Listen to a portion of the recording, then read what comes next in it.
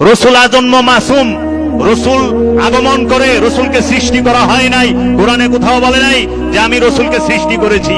আল্লাহ বলছে কাদ জাআকুম মিনাল্লাহ নূর ওয়া কিতাবুম মুবিন, আমার তরফ থেকে নূর এসেছে তোমাদের মধ্যে এবং স্পষ্ট কিতাব এসেছে। আল্লাহর রাসূলকে আল্লাহ বলছে আলিফ লাম মিম যালিকাল কিতাব লা রাইবা ফি হুদাল লিল মুত্তাকিন। আল্লাহ বলছে ইন্না আতাইনাকাল কাউসার। আল্লাহ আল্লাহর হাবিবকে বলছে ইয়া আইয়ুহাল মুজাম্মিল ইয়া আইয়ুহাল মুদাসসির, বলে নাই? বলছে তো ওমা আরসালনাকা ইল্লা রাহমাতাল লিল আলামিন। আল্লাহর হাবিবকে রহমতের জন্য দোয়া হয়। দোয়া বড় না রহমত বড়? সওয়াব বড় না রহমত বড়? তো যেখানে রহমত বড় সেখানে সওয়াব পাঠান কেমনে?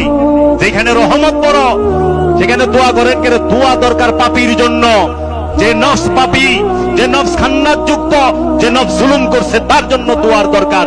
দোয়ায় হেদায়েত হবে। রসুল তো হেদায়েত হবে না, রসুল হেদায়েতকারী। রসুল হেদায়েত করার জন্য এসেছে। আল্লাহ রাব্বুল আলামিন বলেছেন ইউসাব্বিহু লিল্লাহি মা ফিস সামাওয়াতি ওয়া মা ফিল আরদিল মালিকুল কুদ্দুসুল আজিজুল হাকীম ওয়াল্লাযী বাআসা ফিল উম্মিয়িনা রাসূলাম মিনহুম ইয়াতলু আলাইহিম আয়াতি ওয়া ইউযাক্কিহিম ওয়া ইউআল্লিমুহুমুল কিতাবা ওয়াল হিকমাতা। আল্লাহ বলেছেন সমস্ত আসমান জমিনে যাহা কিছু আছে সমস্ত কিছু আল্লাহর তাসবিহ পাঠ করে। সেই আল্লাহ যিনি মালিকুল কুদ্দুসুল আজিজুল হাকিম, তিনি মালিক, বাদশাহ, কুদ্দুস, আজিজ, হাকিম, তিনি একজন রাসূল নির্বাচন করলেন। নির্বাচন করছেন কয় না, সৃষ্টি করছেন। ইসবাসা ফিল উম্মিয়িনা রাসূলাম মিনহুম, উম্মিয়িনদের মধ্য থেকে একজন রাসূল নির্বাচন করলেন। কেন নির্বাচন করলেন? আমাদেরকে কি করব? আয়াত তেলাওয়াত করে শোনাইব। উম্মিনা রাসূলাম মিনহুম ইয়াতলু আয়াত, তোমাদেরকে আয়াত তেলাওয়াত করে শোনাবে। ওয়া ইউযাক্কিহিম, তোমাদের নফসকে পবিত্র করবে। ওয়া ইউআল্লিমুহুমুল কিতাবা, তোমাদেরকে কিতাব শিক্ষা দেবে। ওয়াল হিকমাতা, এবং প্রজ্ঞার জ্ঞান দান করবে। রাসূলের কাজ কয়টা? কিতাব শিক্ষা দেবে, আয়াত তেলাওয়াত করবে, নফসকে পবিত্র করবে, কিতাব শিক্ষা দেবে এবং হিকমত জ্ঞান দান করবে। চারটা, এই চার কাজের জন্য রাসূল আগমন করে। রাসূল হাদী, রাসূল হেদায়েত করার জন্য এসেছে। রাসূলের জন্য দোয়া করো। হায় হায় মুসলমান, তোমরা ধ্বংস হইবে না হইব কেরা? নিজেরে খুব। আরে রসুলের দেওয়া কোরআন, রসুলের দেওয়া হাদিস, রসুলের দেওয়া দোয়া, রসুলের দেওয়া সব, রসুলের দেওয়া কোরআনের আয়াত কইরা রসুলের লে দোয়া করে। আল্লাহ একবার চিন্তা করো না, ইন্নাহু লাকাউলুন রাসূলিন কারীম, নিঃসন্দেহে এই কোরআন হচ্ছে সম্মানিত রসুলের বাণী। রসুলের বাণী হচ্ছে আল কোরআন।